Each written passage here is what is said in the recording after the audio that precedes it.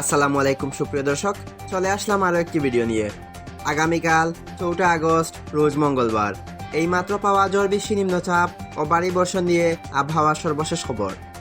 যদি ভিডিওটি ভালো লাগে অবশ্যই লাইক দিয়ে চ্যানেলটি সাবস্ক্রাইব করবেন এবং আপনি কোথা থেকে আমার ভিডিও দেখছেন তা অবশ্যই কমেন্ট করে জানাবেন।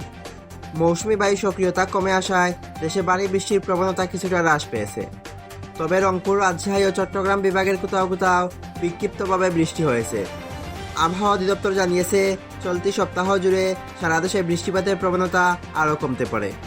আজ সোমবার 3 আগস্ট আবহাওয়া পূর্বাভাসে বলা হয়েছে, মৌসুমি বায়ুর অক্ষের বর্ধিতাংশ রাজস্থান, মধ্যপ্রদেশ, উত্তরপ্রদেশ, বিহার, পশ্চিমবঙ্গ ও বাংলাদেশের উত্তরাঞ্চল হয়ে আসাম পর্যন্ত বিস্তৃত রয়েছে।